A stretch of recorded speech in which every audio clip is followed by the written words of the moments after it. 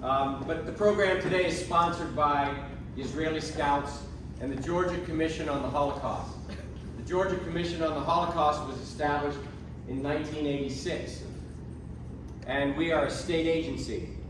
We're not a political or religious organization, and our mission is to preserve the memory of the Holocaust and to help people understand the history. The Commission ensures that learning how and why the Holocaust happened is part of the education of all Georgia citizens. Our organization examines what it means to be a responsible citizen, and we provide programs, workshops, educational resources, speaker programs like you're having today with Ben, and traveling exhibits throughout the state of Georgia to anyone who asks. We escort survivors to speak to any organization, high schools, colleges, any organization. And testimony is the personal eyewitness account of a Holocaust survivor.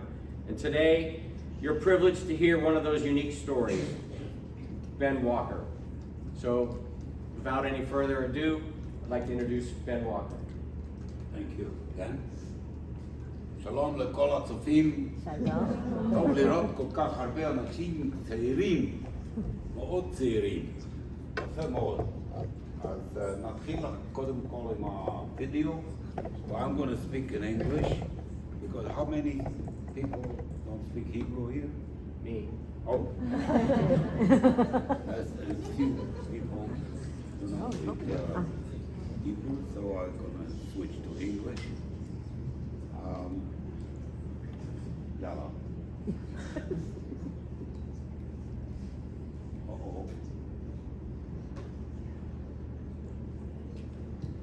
I was born in Romania, a region called Bukovina. Romania is best known for the region Transylvania, right? My grandfather was a farmer, had a lot of land. I was the first grandchild of my family. Any first grandchildren here? You're spoiled? And we didn't know anything. We didn't have telephones, we didn't have electronics, we didn't even have electricity. I was born in 1935, so now you know how old I am. I've been speaking for the last 22 years. Many, many groups, Holocaust Commission, Bremen Museum, all over Georgia. The fact is that I did not want to speak about the Holocaust at all. For 56 years, I didn't speak about it. Not to my wife, not to my children, not to my best friends, no one. Why? Well, you asked me that question again at the end, and I'll tell you. But the fact is that on September 11, 2001, something happened in this country. And you know what happened. The hijackers took planes and flew them right into the Twin Towers in New York. Now, I lived in Romania through the Nazi regime, but the hatred that I saw of these terrorists willing to kill themselves, 18, 19-year-old, to kill Americans, shook me up. And my daughter, with her two young children, came running. She knew I was a Holocaust survivor, but she didn't understand the meaning of what was going on. So I said, I need to speak about it, because the survivors, the numbers of survivors is getting smaller and smaller and smaller. There are only about 147,000 in all of Israel that are survivors. There may be a dozen or so. So you studied from video, from pictures and books and movies. You cannot stop a movie and say, ask a question. So I'm getting more questions because here you are, witnesses to the Holocaust. I'm not telling you, some Bubemeises. I'm telling you from my own experience of what happens. And you become my witnesses. One day, you will be a parent or a grandparent. Yes, the Holocaust did happen. And we saw one, a survivor, who lost families, and that you witness it, and you become my witness. You speak to other people in school and so forth. Anyway, so from then on, I started speaking to the Beeman Museum and Holocaust Commission. In fact, I was there at the Yom HaShoah at Greenwood Cemetery this morning. I sang the partisan song. My uncle, Yaakov Zwiebel, was a partisan. He blew up a train that was loaded with ammunition and supplies for the German army. And just before the locomotive came to the bridge, they blew it up. He wrote it in Amadnu al Nafshenu. He bought a book, and I'm still looking for somebody to translate in English. I'm not very good translator. Anyway, so from then on, I started speaking. And I said, in the beginning, okay, I was on a farm. We thought we knew our neighbors. They were respectful of us. And we said, in Germany, that's nothing. We're farmers, we produce food, people need to eat, so we're not gonna worry about it too much. But then Hitler had other plans.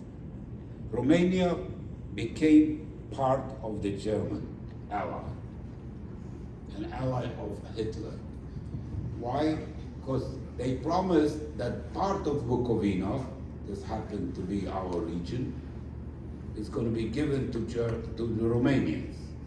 And also the part called Bessarabia, which is now called Moldova, a country, the poorest country in Europe, was given to them too. So one day somebody with an armband came to our house, knocked on the door. You gotta be at the train station. And I was 6 years old. I had a sister that is 2 years old, and we came to the train station.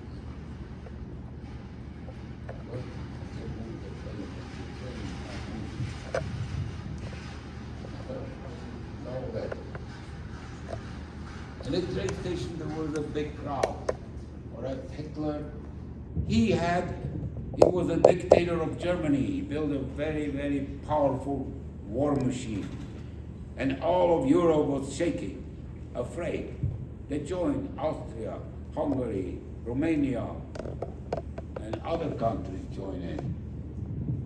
And every time in the parade, the laws us.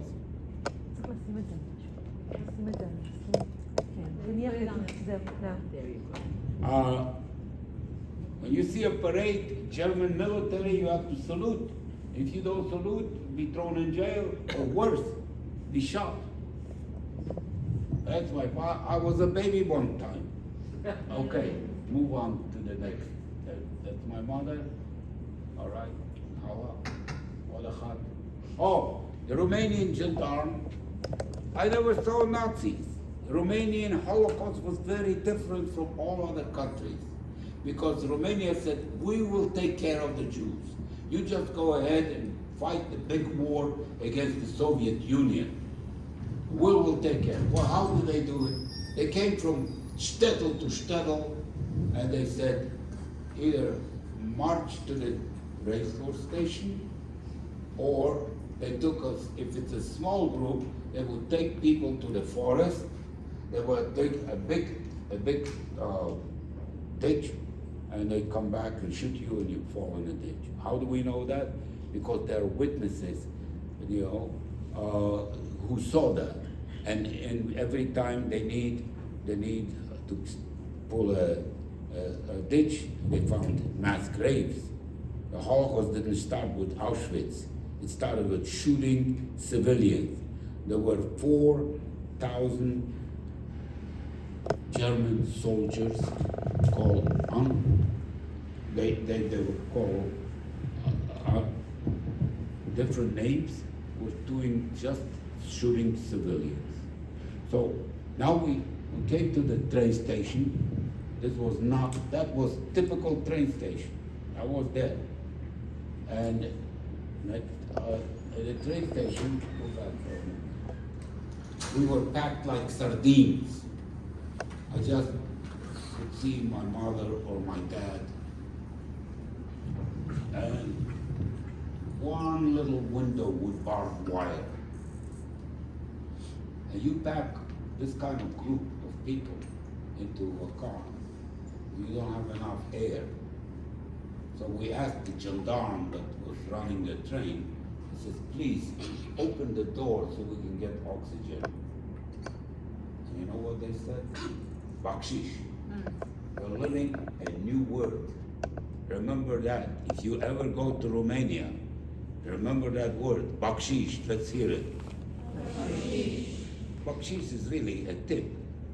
What you do in a restaurant when you get good service, that's a bakshish too. So we said, okay, here is some money. I have no use for money. In the war, the money is just a piece of paper. What do you want?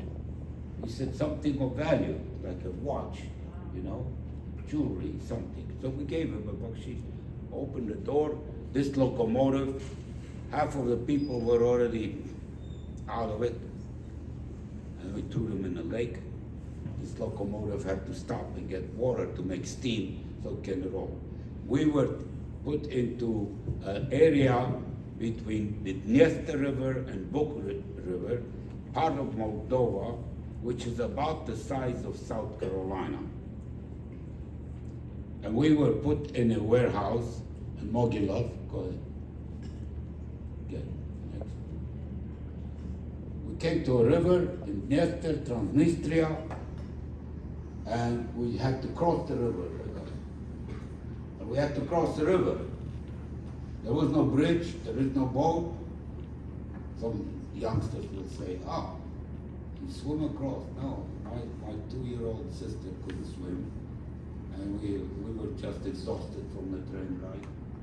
Couldn't cross, but look what they did. They put logs together. It's a forest. And they put logs together. Okay, it says it works.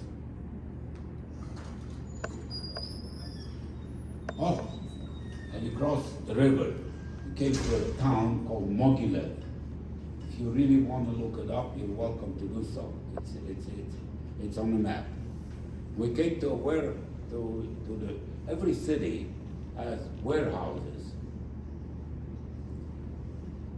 A warehouse is something you just ship. You don't live here. So we were put exactly supposed double this room, a warehouse. I don't see any water here. Oh yeah, there are a few drinks. I don't see any facilities. This is it. You have to live here. The Romanians didn't have the industrial technology of killing people the way they did it in Poland. 90% of all the Jews of Poland, the largest Jewish community in Europe, was annihilated. 90%. Today is the anniversary of the revolt in Poland 80 years ago. That is why we observe Yom HaShoah, the revolt in Poland. It took the German army many months to squash. Romania didn't have that technology. They didn't have the gas that you put in the showers, the crematorium. They didn't have that. So they put it in a warehouse. Well, here we are in a warehouse, and the peasants all around came and say, oh, I like your watch. Will you take a piece of bread for your watch? Yes. Yes, you would. Because you cannot eat the watch. And we were hungry. So you trade linen, watches, jewelry for food. Folks, there was commerce going on between the peasants and the new arrived refugees kicked out from Bukovina. Well, pretty soon you don't have what to sell, so you're hungry and it's cold and you get sick. And guess what happens, sickness? We experience COVID, yes? It doesn't stay in one place. It goes from one to another. That's why sometimes you're kept at home instead of going to school so you wouldn't spread your sickness to others. Well, this town says to Romanian soldiers, you brought these refugees here and we don't want them because we're getting sick as well. So they have a solution. They took everybody and spread them out all over Mogilev, all over Ukraine. The Einsatzgruppen, I told you earlier, there were 4,000 German soldiers that was taking people like this, civilians, to a forest, and they would kill them in a pit. The misery place in Warsaw ghetto was one of the worst in Europe. 500,000 people were concentrated in just a few sections of the city. Imagine you're going home and suddenly you have 15 people trying to sleep in your bedroom. The life is deteriorating very fast. And says the German would come and would say, oh, you're suffering, you're hungry, hop on the train. Well, they would hop on the train and the train will take you to a place where it says Arbeit macht frei, which means work will make you free. And sure enough, you see chimneys full of smoke, and it says, hey, we're coming to work here. Well, they were wrong. One couple officers would say, hey, you're young and beautiful, you go and you be a slave, but you are old or too young, and you go here and take a shower, men and separately, and women, and the shower would put gas, and bodies will just die in a few seconds.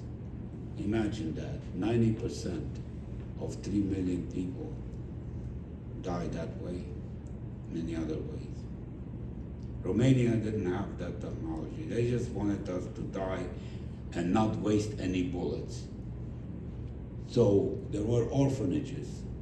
And here are the worst of the camps that I'm telling you: the Warsaw Ghetto, the Chełmno, Sobibor, and the Warsaw Ghetto.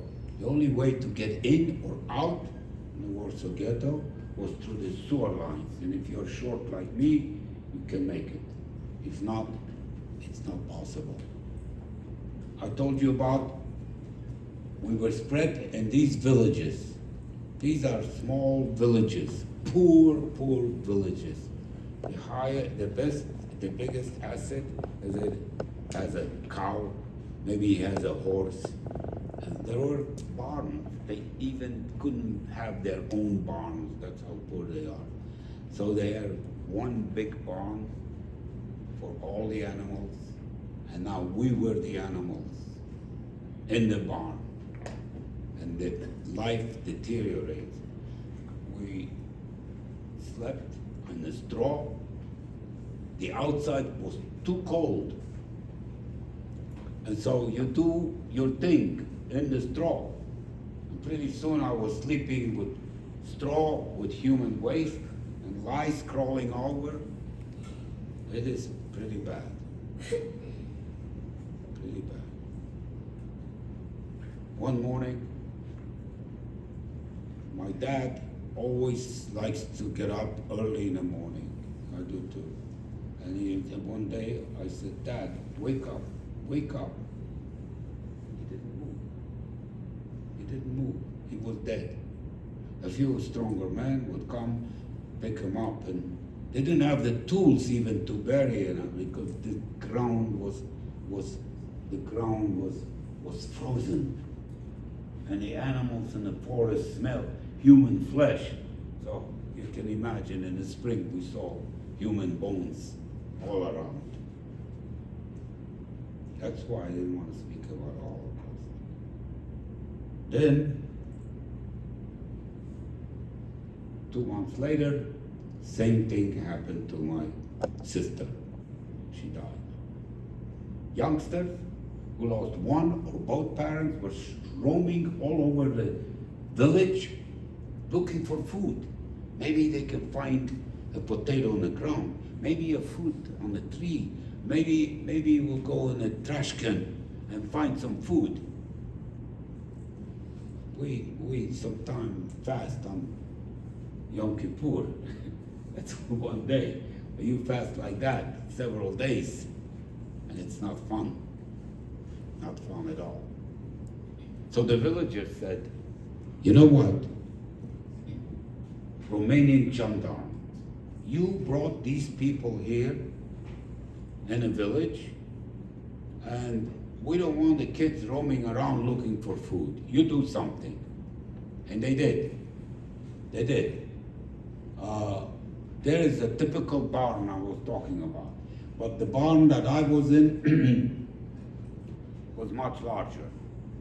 There are no toilets outside, so you had to do it there.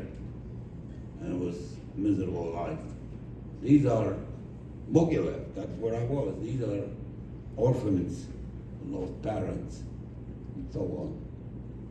And then you may wonder why my name is that. I wrote, somebody in Yad Vashem tried to check on me about what I'm telling you, but I'm telling you the truth. So this woman wrote a letter to Yad Vashem in Jerusalem and said, was Ben Walker there? There came up the answer. There it is. My original name was Walzer, a Germanic name, Walzer, Zimmer, Tenenbaum. Many Jews carry a Germanic name because the Austrian Empire, just like here sometimes, the American name. And there it is. And then Walzer, you got my mother, Sally, my father, and so on is documented. These were the orphanage. My mother put me in an orphanage, and I was very happy.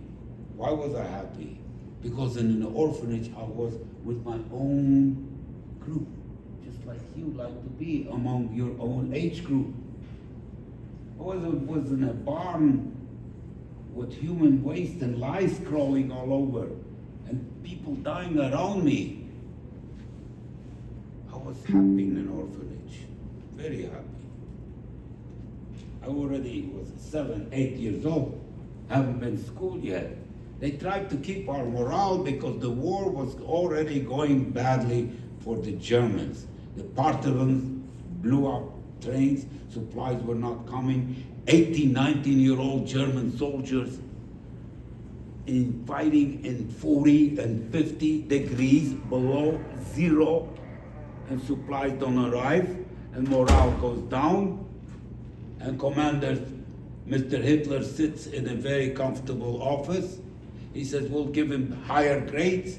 You become a general, you fight. Gurnischhalten. That means in Yiddish, it won't work.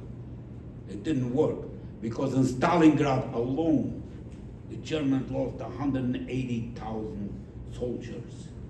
And they saw they were being surrounded. In this cold weather, petroleum was not arriving. He studies about the Holocaust then. Petroleum was not arriving. And I say, why did they go to Stalingrad? Well, they were trying to get to Armenia to go and get their oil. You cannot run a war without oil. For airplanes and tanks and trucks, the trucks got stuck. There are no highways in Ukraine to speak of. Maybe today, in this war starting. Anyway, the war was getting bad. So you see, finally in 1944, the Americans and Canadians landed on the shores of France, So now Germany is squeezed from the east by the Russian, and from the west by the Americans, Canadians, Australians, and others. So you see those arrows, Germany was strangled. Oh, here were the horses. That's Germans.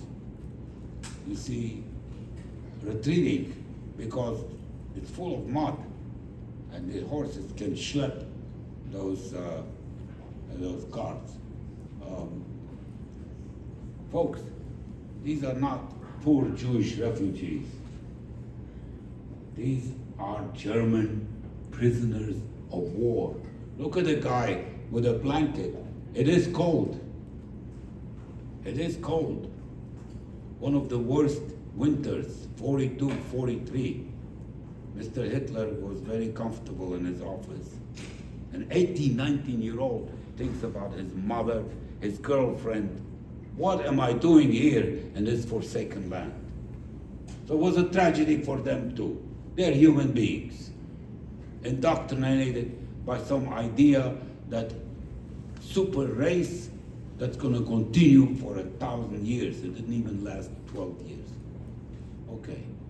So when they liberated Auschwitz, these were the sleeping quarters for the women in camp in Auschwitz. There were horrible things that they were encountering. And these are the prisoners that finally were liberated. There in the frame, you have Mr. General, the commander of the Western, this is General Eisenhower, Dwight Eisenhower. By the way, he was also a president of the United States. He saw the bodies in Dachau. He saw the bodies in Dachau. He said something very interesting. He said 50 years from now, they will say it never happened. That's why I said to you in the beginning, you're my witnesses. Somebody says it never happened. This was the most documented Holocaust history that ever was. So sure enough, and there are people who made scholarship as to the Holocaust never took place. These are numbers. These are the partisans. I told you I have an uncle who blew up a train. He was a partisan. They had to find weapons from dead soldiers in order to find the Germans. And there were quite a few Jewish volunteers into the thing. My mother came, war was over for us in April of 44. She came, we're going home. Where was my home? Do you remember? Huh? Romania, but did I live in a condo or something? On a farm, right. You get a prize. Before I leave, I have something for you. I was on the farm. A farmer. I was a farmer. I loved riding the horses, going fishing with my uncle. There was good life. And we come, the same house, we left, we knock on the door, a lady comes out, and she says, "Oh, I'm so sorry that you survived." So my mother, a genius in survival, says, "Can I go in the attic?" How do you say attic in Hebrew? Okay. Yeah, she says, "Bakasha, go to your attic." She goes in the attic, and she comes back to me with a box of letters and postcards, and she says to me, "We have relatives in the United States of America." And I said to her, "Mom, I don't understand what you're talking about. I don't know what United States of America is. But if there is such a place, tell them to send us food." Sure enough, 3 weeks later, a box came with food. I opened the box and I look at it. And there is cans. I've never seen picture of vegetables on a can. What is this? Mother. I grew up on a farm. When you need a carrot, you go and pick it up from the ground. Here was a can, but how in the world do you open this thing? So I took a nail, opened it up, poured out some water, finally got rid of the lid, and there it was, carrots. It was cooked. Wow, what a country. Cooked carrots from the United States. Came to Romania, and there was something else there. Something very, very important to me. There was a box, brown box, with aluminum lid on top, and it says COCOA. How would you say that? Cocoa, right? Yep. My mother thought it was coffee. So she boiled some water, mixed it, didn't taste good. She added some milk, and she added some sugar.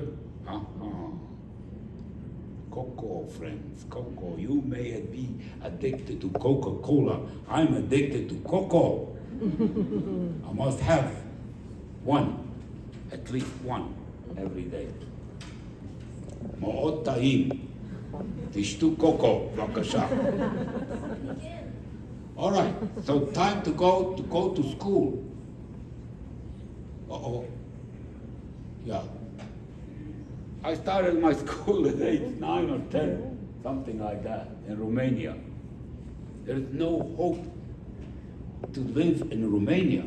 When they killed your family, they took your property, they even took your home. No future there. There are two places to go to. One is Israel. A new state was born in 1948, just on my bar mitzvah. Nobody paid attention to me, but it was said, there's a new country, New England. And second, I can go to my family in 154 Allen Street, I remember the address, New York, New York. Now, why New York was spelled twice, I have no idea. But there they have cocoa. In Israel, I wasn't sure. So, what was the Turkish word, remember? I talked about bakshish. Yeah, you get a prize too. Bakshish. We didn't have bakshish. So we waited 1, 2, 3, 4, 5 years. 5 years. I went to school and studied. 5 שנים עברו. And come the postmaster, Mr. Postmaster, brings a letter. He comes with 2 letters. Here is a letter to go to the United States of America. And a letter that says you can go to Israel. Wow. What do you do now?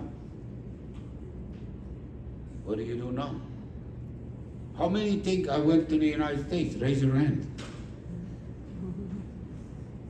Good. Well, I'm here. This is the United States. How many think I went to Israel? About even. Hey, tell me why. Okay, we'll tell you. To go to the United States in a communist country, the world was divided in 2. United States and its allies, one world. Soviet Union and its allies, the satellites, Romania, Poland, Hungary, Czechoslovakia was on the other side. If you want to go to the United States, you must be an imperialist spy. And if you are a spy, you know where you end up? In Siberia. And I don't have to tell you the misery in Siberia. So it's safer to go to Israel. Plus, going to Israel was a free ride. I don't know who paid for it. I don't know. But it was very crowded. So I came to Israel, and they didn't know what to do with us. I don't know how to move this picture either.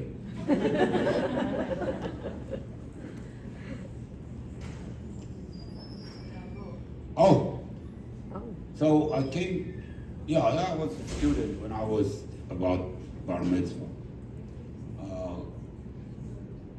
There were these youngsters, and I was there encircled. Binyamin, Walzer, בבקשה לשבת, תודה רבה. I was in a kibbutz, ניצנים. רגע, כל כך מהר. I was in kibbutz ניצנים, that near Ashkelon. Best time of my life, I was back on the farm. I was riding horses, I was in a sheep. I have a very interesting story, but I don't think I have time to tell you about how they were stealing sheep from kibbutz. Every week, missing 5-6 sheep, disappeared under my eyes. How did it happen? I don't know. But one day I found them. There was a wadi in Nitzanim. The Arabs came from the sea through the wadi. Two people. They were dressed like sheep, with the skin of the sheep. They were opening the gate. They took 2, 4, 5 sheep through the wadi on a boat back to Gaza. We were only 6 kilometers. That's about 3.5, 4 miles. At one time I forgot my thing for a sandwich. You get up with the sheep 4 o'clock in the morning, because by 1 o'clock it's so hot, they don't want to eat sheep. You have to go back. Forgot my תרמיל. איך אומרים תרמיל באנגלית? Backpack. בדיוק. And I see the gate is being opened and nobody's there and the sheep are marching out. Oh, I ran to the kibbutz, to the officer, security officer. I said, they're stealing sheep. He thought I was crazy. He hops on the jeep with a machine gun. Brrr. He is there. We stopped him. That's it. That's a side story. That's not usually my story that I did anyway. Etanim was wonderful. One time, I want to tell you what happened to me also in Jerusalem, which is relative to what is happening today. I was in Jerusalem. Jerusalem was half Jordanian and half Israeli. And Jerusalem was a small town. And we walked, and all of a sudden it was a Shabbat.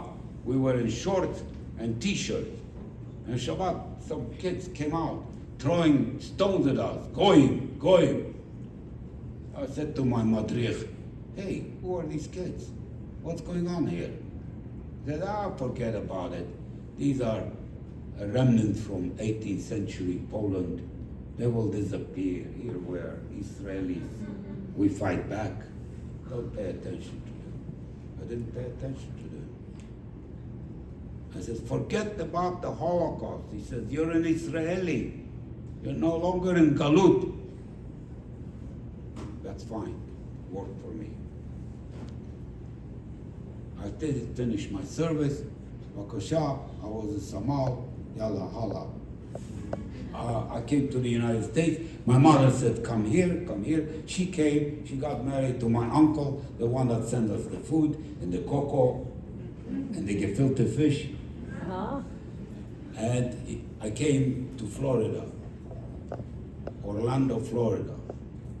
I knew 3 English words, and I then increased my vocabulary, and finally ended up at the University of Florida. I got my degree there, Reka. I met my wife, who was on a Fulbright scholarship from Chile. Her father was smart. Her father was in the same town my family was, but in '39 he took off to Chile, the only country that was available to them. and she was born in Chile. We're very happily married, 56 years. I have children, I have grandchildren, and the rest is history. Toda raba.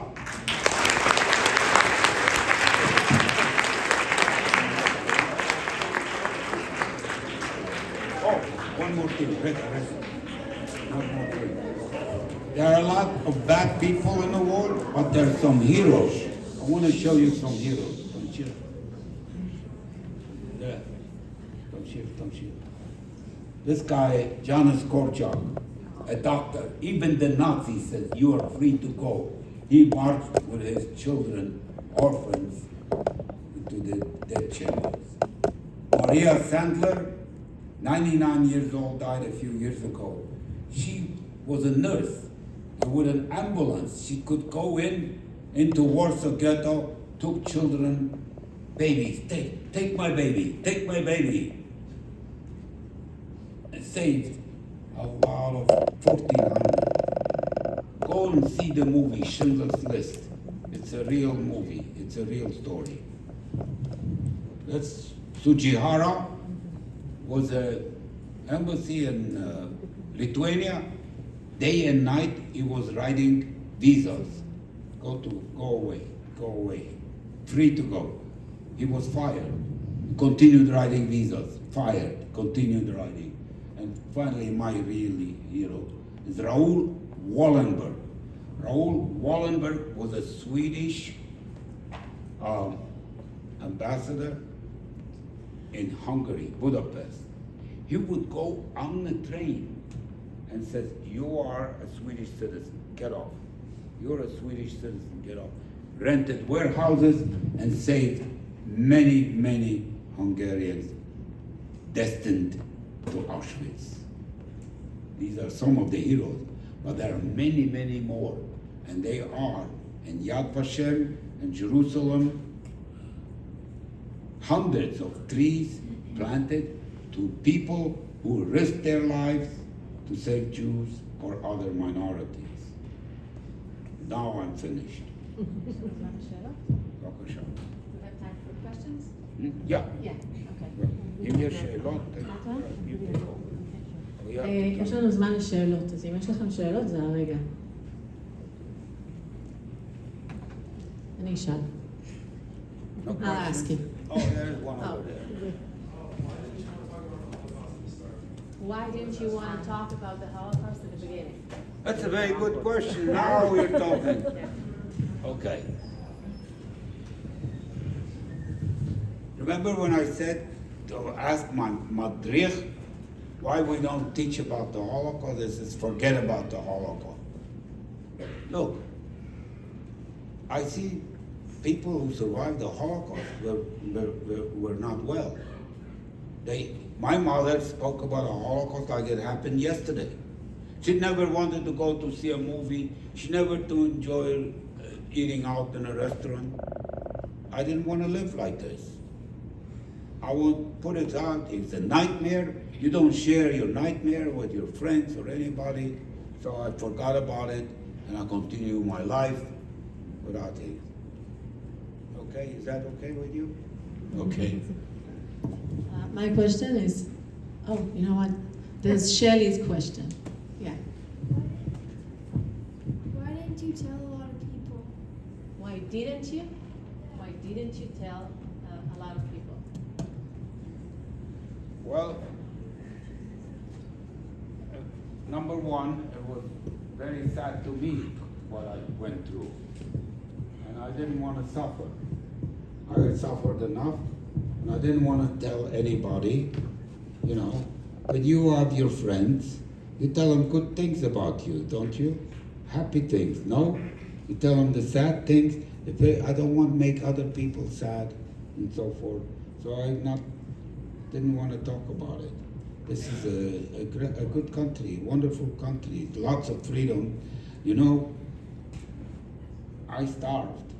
And when you go to a grocery store and you look around, do you see how many varieties of cereal there are in a supermarket? I didn't want to share my story. because many Holocaust survivors didn't want to speak about it for a long time. And I was one of them, decided not to talk about it until 22 years ago. And it's an honor and a pleasure to speak to the Tzofim. I love Israel very much. I read about Israel in Yediot Achronot every day. I know the politics about it, and it hurts my heart to see Israel on the 75th anniversary, Yom HaTzavaot, next week, that we are not a united people. And that's a very, very sad. I hope we can change course and that we will be, or Lagoim, startup nation, please. And maybe we can have a wonderful, proud country of Israel. I volunteered in '73 war to go to Israel to fight for Israel, but they told me, if you cannot fly a plane or cannot drive a tank, don't bother. But I follow up. Israel gave me the freedom from the Holocaust. Even again, this freedom really liberated. I wouldn't be here if not Israel. So I love it very much. תודה רבה.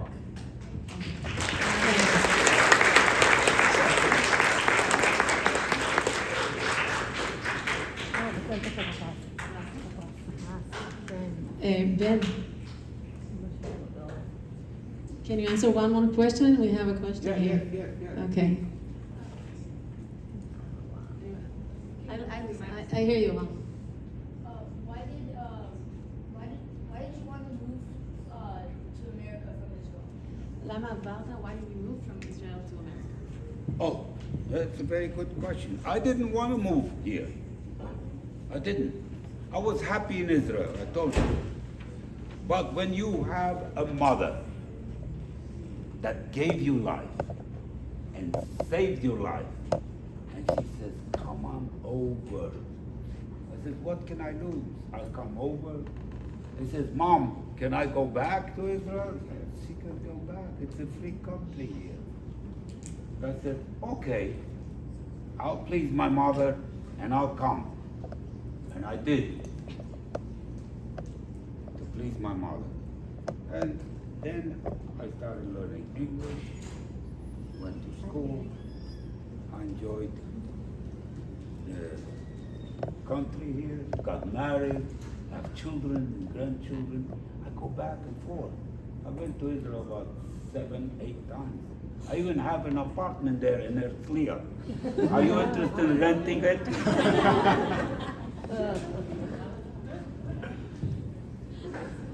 Rehov Weizmann. Ben, I have a question. You said that you came back from, after the war, you came back to your farm with your mom and it was taken. And you went up to the attic and took the box, and so where did you live? Like, did they let you live there? That's a very good question. She paid attention. So if your house is taken, where did you go? Well, did I tell you in the beginning that we had good neighbors? Yes, I did. Yeah. The neighbors were respectful.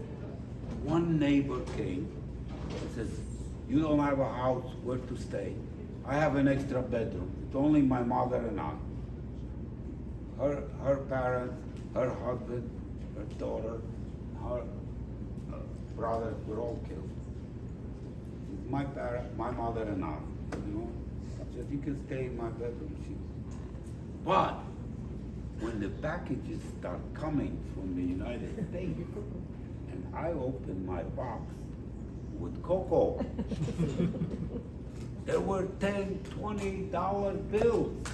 And $10, $20 bill was a lot of money. And we shared it with the lady that let us have a bedroom. Is that okay with you? Yeah. That helps. Yeah. All right. Wow. עוד שאלות? בבקשה. הכל ברור. תודה רבה על ההזמנה.